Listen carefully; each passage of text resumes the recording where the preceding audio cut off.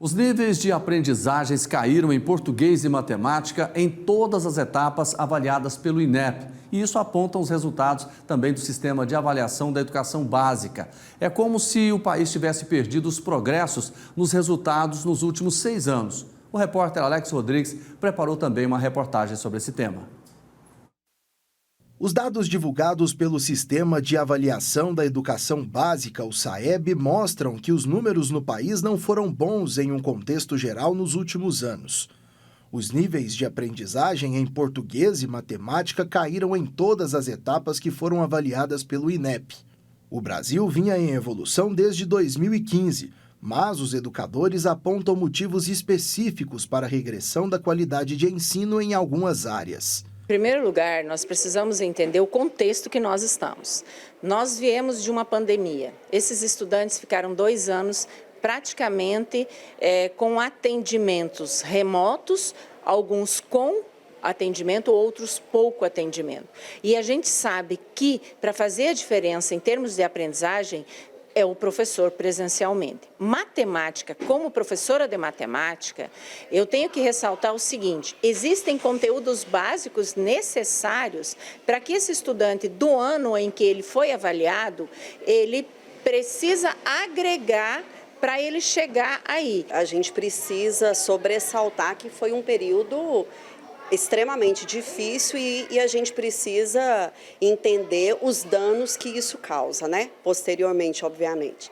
Então, a gente precisa entender que o professor e os estudantes, além do déficit de aprendizagem, a gente tem um contexto social aí que favoreceu para que a gente tivesse muitos problemas com o emocional.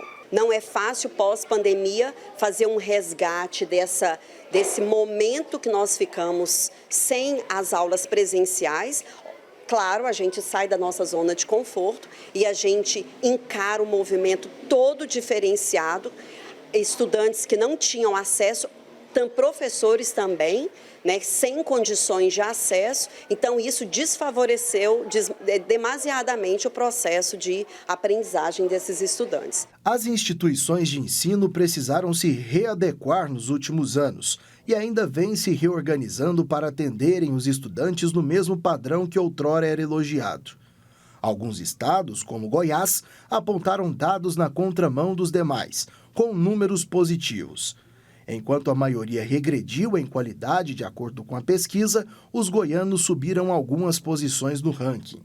Com esses dados apresentados pelo SAEB e as justificativas trazidas pelas professoras, é importante também saber dos alunos, o que foi mais complicado nesse período pandêmico em relação ao aprendizado de cada um. Que a professora não estava lá para ajudar a gente, porque quando aqui é mais melhor, por causa que no presencial ela corrige, ela ensina, ela responde nossas perguntas. A gente não tinha professora para ajudar a gente nas tarefas, às vezes a gente tinha dúvida e não tinha como, conversar com ela pessoalmente. Foi muito ruim porque o aplicativo não funcionava.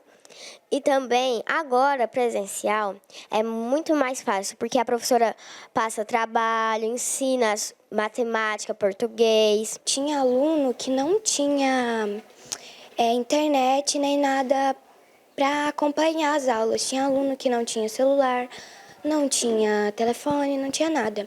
E aí a professora pensava que não queria ir para as aulas. Outro ponto levantado recentemente em pesquisa e relacionado à educação no Brasil foi divulgada pelo Sindicato das Entidades Mantenedoras de Estabelecimentos de Ensino Superior no estado de São Paulo, o SEMESP, que mostra que até 2040 o país pode ter uma carência de mais de 200 mil professores. Isso em relação ao que tem atualmente. O apontamento traz que a profissão, que antes era uma das mais buscadas pelos jovens, hoje em dia tem sido pouco procurada. O trabalho também do professor é um trabalho árduo, é um trabalho de corpo a corpo, é um trabalho que precisa ser direcionado para um quantitativo grande de estudante e tem a responsabilidade nossa também enquanto profissional, porque a gente não se sente à vontade quando a gente vê que um estudante nosso não está aprendendo. Que a gente precisa pensar nas políticas públicas para a gente poder não perder tantos profissionais e tantas pessoas que no passado se diziam diziam querer ser professor e agora estão migrando, né, estão fluindo para outras áreas. Mas eu ainda digo que é uma profissão de excelência. Olha, o desafio é grande e a gente precisa, sim, recuperar esse terreno perdido aí. A educação sempre é o melhor caminho para o desenvolvimento e para o progresso de qualquer país.